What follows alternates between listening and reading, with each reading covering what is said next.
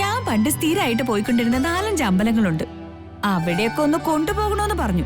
അതിനാ ഈ പറയുന്നേ. എല്ലാ ദിവസവും രാവിലെ എണീറ്റ് ഉടുത്തൊരുങ്ങി ഇവളുടെ കൂടെ ഓരോരോ അമ്പലങ്ങൾ ചുറ്റലാണ് എന്റെ പണി. അനിയത്തിമാരുടെ ഇങ്ങനത്തെ ആഗ്രഹങ്ങളൊക്കെ സാധിച്ചു കൊടുക്കുമ്പോഴല്ലടാ നീ നല്ലൊരു ഏട്ടനാവുന്ന. സാധിച്ചു കൊടുക്ക്. അങ്ങനെ പറഞ്ഞു കൊടുക്കതേ വേട്ടാ. അയ്യോ, ഞാൻ മറന്നു. പ്രസാദം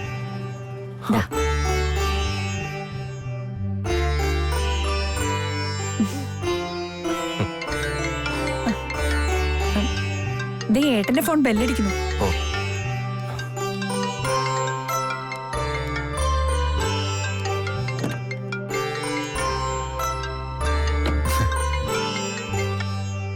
ഹലോ. ദേവേട്ടൻ ഇപ്പൊ ഭക്തിയൊക്കെ വിട്ടോ? പണ്ട് വലിയ ഭക്തിക്കാരനായിരുന്നല്ലോ. ഇല്ല, ഭക്തിയൊക്കെ എപ്പോഴും ഉണ്ട്. എന്നിട്ട് അതിന്റെ ലക്ഷണമൊന്നും കാണുന്നില്ലല്ലോ. പഴയതുപോലെ ഭക്തി ഉണ്ടായിരുന്നെങ്കിൽ ദേവേട്ടന് ഇത്രയും നേരം എന്റെ അടുത്ത് നിക്കില്ലായിരുന്നു. അത് തന്നെ കാര്യം. ആഞ്ജനേയ ഭക്തനല്ലായിരുന്നോ? ഓടിയനെ. അന്നൊക്കെ ഞാൻ അടുത്ത് വരുമ്പോഴൊക്കെ ദേവേട്ട ഓടി മാറുമായിരുന്നു. അതുകൊണ്ട് ഞാനും ആയ്മയൊക്കെ എന്തുമാത്രം ചിരിച്ചിട്ടുണ്ടെന്ന് അറിയാമോ? ചിലപ്പോഴൊക്കെ ദേവേട്ടനെ ദേഷ്യം പിടിപ്പിക്കാൻ തന്നെ ഞാൻ അടുത്തേക്ക് വരുമായിരുന്നു. അന്നത്തെ ആ ദേഷ്യമൊക്കെ ഇപ്പോഴും എന്നോടുണ്ടോ? അതൊക്കെ അന്നത്തെ ചില അറിവില്ലായ്മകളല്ലേ. അതൊക്കെ മാറിയല്ലോ. മാറിയോ? ശരിക്കും? പിന്നെ കാലം കഴിയുമ്പോ നമ്മുടെ ചിന്തകളൊക്കെ മാറില്ലേ.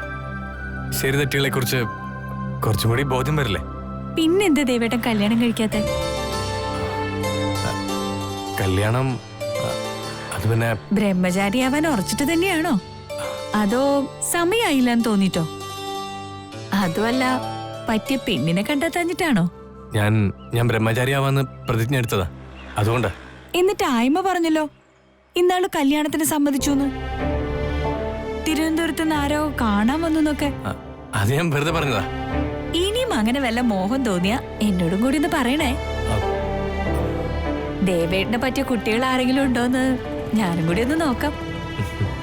ദേവേട്ടന്റെ ഇഷ്ടാനിഷ്ടങ്ങളും സ്വഭാവങ്ങളും ഒക്കെ എനിക്ക് നന്നായിട്ട് അറിയാലോ.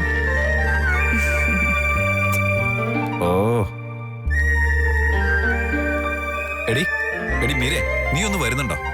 നേരം പോകുന്നടി. ദേവാ പോടാ. ഇവിടെ വീട്ടിൽ കൊണ്ടുപോയി ആക്കിയിട്ട് വേണം എനിക്ക് ബാങ്കിൽ പോവാൻ. അതുകൊണ്ടാ. ശരിടാ, നിങ്ങൾ പോയിക്കോ. വാടി അമ്പലവാസി. പോട്ടെ.